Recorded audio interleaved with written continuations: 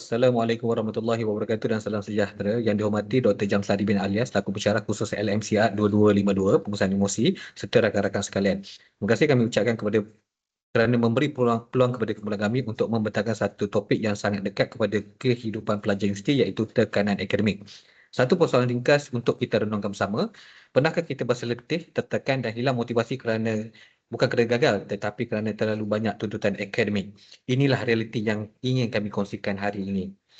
Terlebih dahulu, pembentang ini diceritakan oleh kumpulan kami dan izinkan saya memperkenalkan ahli kumpulan.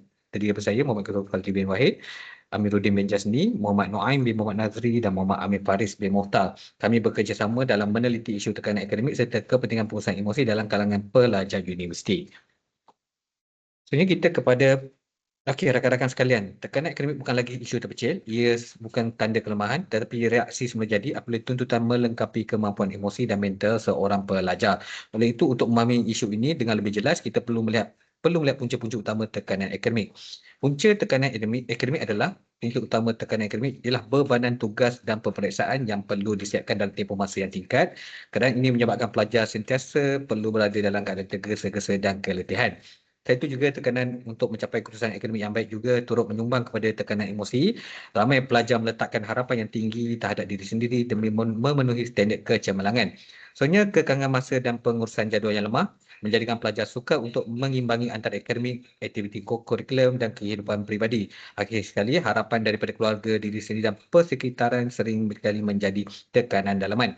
Terutamanya apabila pelajar merasakan mereka perlu sentiasa berjaya dan tidak boleh melakukan kesilapan. Semua faktor ini menjadikan tekanan akademik satu cabaran yang nyata dan memerlukan pengurusan emosi yang berkesan. Oleh itu, persoalan ini ingin kami tinggalkan untuk permulaan pembentangan ini. Bagaimana pelajar boleh mengurus tekanan akademik dengan lebih berkesan tanpa menjejaskan kesejahteraan emosi mereka.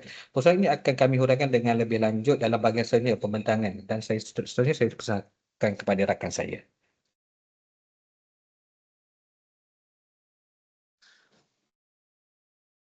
Okey, baik.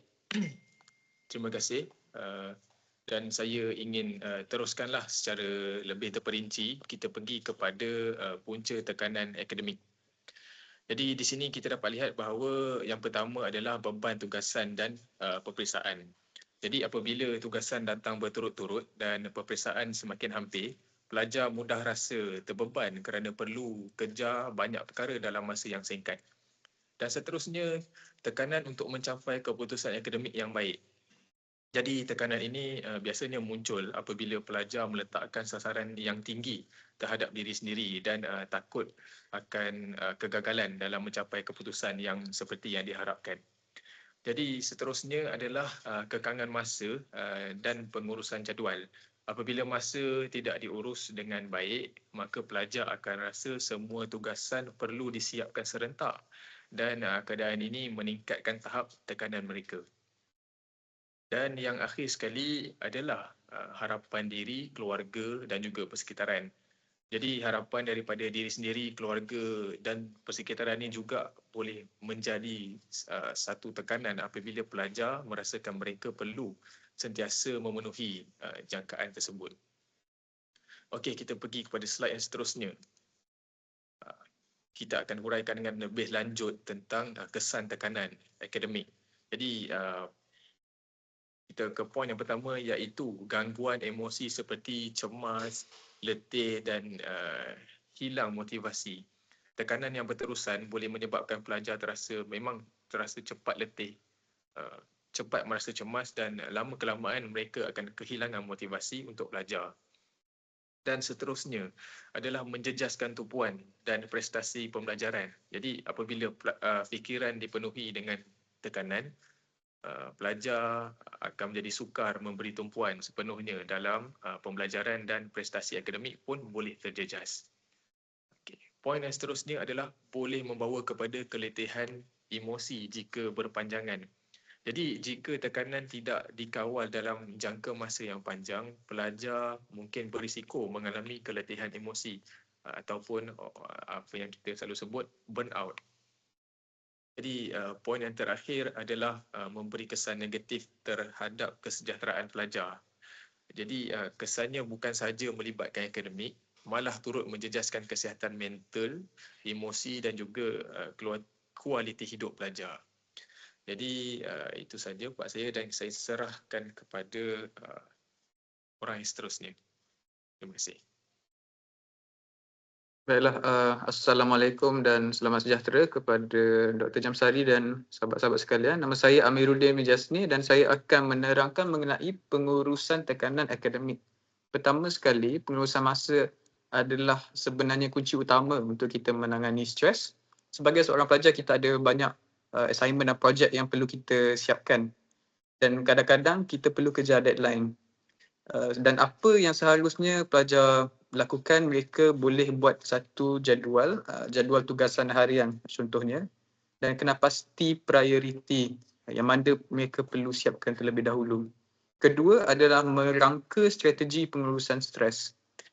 Bagaimana langkahnya? Pertama sekali, kita perlu kenal pasti emosi kita. Kadang-kadang kita boleh terjadi situasi di mana kita mengalami pelbagai emosi serentak. Kita perlu kenal pasti emosi mana yang kita hadapi. Kemudian tarik nafas dalam-dalam dan kemudian kita boleh rangka strategi untuk menangani emosi yang kita hadapi. Sebagai contoh, jika kita menghadapi emosi stres, kita boleh keluar menjalankan aktiviti seperti riadah untuk melegakan kefikiran. Dan contohnya emosi marah. Mungkin kita boleh pergi basuh muka dan mandi ke untuk menenangkan diri. Balas seterusnya, kita juga perlu mendapatkan sokongan daripada rakan-rakan dan orang terdekat.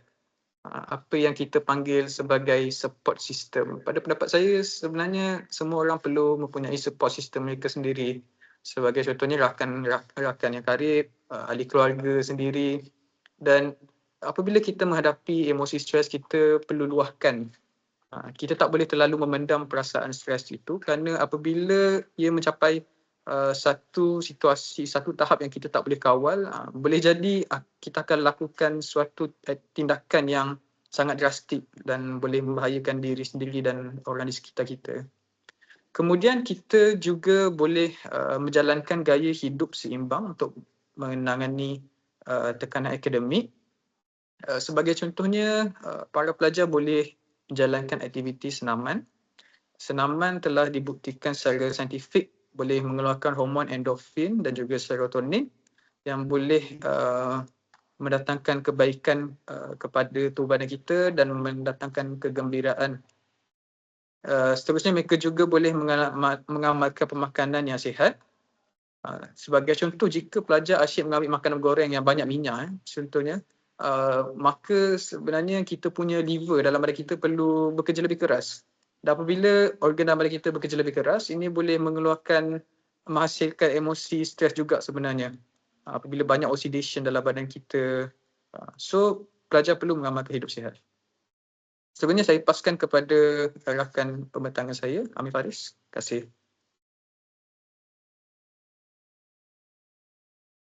Assalamualaikum dan selamat tengah hari kepada Dr. Jamsari dan sahabat-sahabat saya. Okey, seterusnya kita akan melihat kepada kepentingan mengurus tekanan. Okey, sebenarnya tekanan atau stres adalah perkara biasa yang dialami oleh semua orang. Sama dia boleh disebabkan oleh tekanan untuk mengejar deadline, siapkan assignment ataupun preparation untuk exam, ataupun mungkin boleh jadi ada masalah peribadi. Tetapi yang penting bukanlah untuk kita mengelak tekanan, tetapi macam mana kita untuk handle ataupun menguruskannya dengan berkesan. So yang pertama sekali, mengurus tekanan ni dia dapat membantu kita mengawal emosi dengan lebih baik. Contohnya apabila kita berasa tertekan, emosi ni dia akan mudah menjadi terganggu.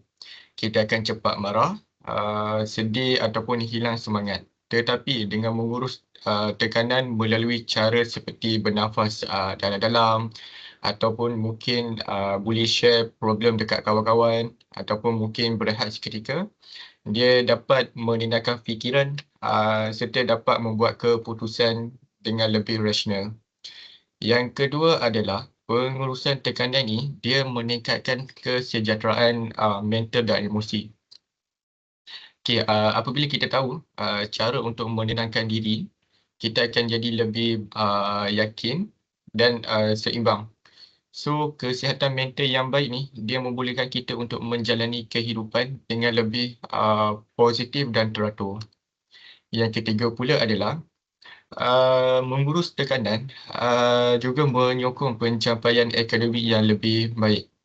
Okey, contohnya pelajar yang tenang dan fokus ni, dia lebih mudah ataupun untuk memahami pelajaran serta membuat persediaan peperiksaan dengan berkesan lah. Namun sebaliknya, jika tekanan tidak diurus dengan baik, kita akan mudah hilang tumpuan dan semangat untuk belajar. Dan yang keempat adalah pengurusan tekanan ni, dia dapat mengurangkan risiko tekanan yang berpanjangan. Tekanan yang dibiarkan tanpa kawalan boleh memberi kesan yang buruk kepada kesihatan fizikal seperti keletihan dan sakit kepala serta kesihatan mental seperti kebimbangan dan kemurungan. Jadi untuk slide ni sebagai kesimpulan, mengurus tekanan amat penting dalam kehidupan kita dengan mengawal emosi, menjaga kesedaran mental, mengekalkan prestasi akademik dan juga mencegah stres yang berpanjangan, kita dapat hidup dengan lebih harmoni dan seimbang. Okey. So kita melihat kepada slide yang seterusnya iaitu kesimpulan. Okey, sebagai kesimpulannya tekanan akademik merupakan cabaran utamalah yang sering dialami oleh kita sebagai pelajar universiti. Jika tekanan ini tidak diurus dengan baik, ia boleh menjejaskan kesejahteraan emosi dan prestasi akademik seseorang pelajar. Oleh itu, pengenalpastian punca tekanan ni dia amat penting supaya pelajar dapat mengawal emosi dengan lebih berkesan. Dan pengurusan yang baik bukan sahaja membantu mengurangkan kesan tekanan, malah meningkatkan daya tahan diri dan keyakinan.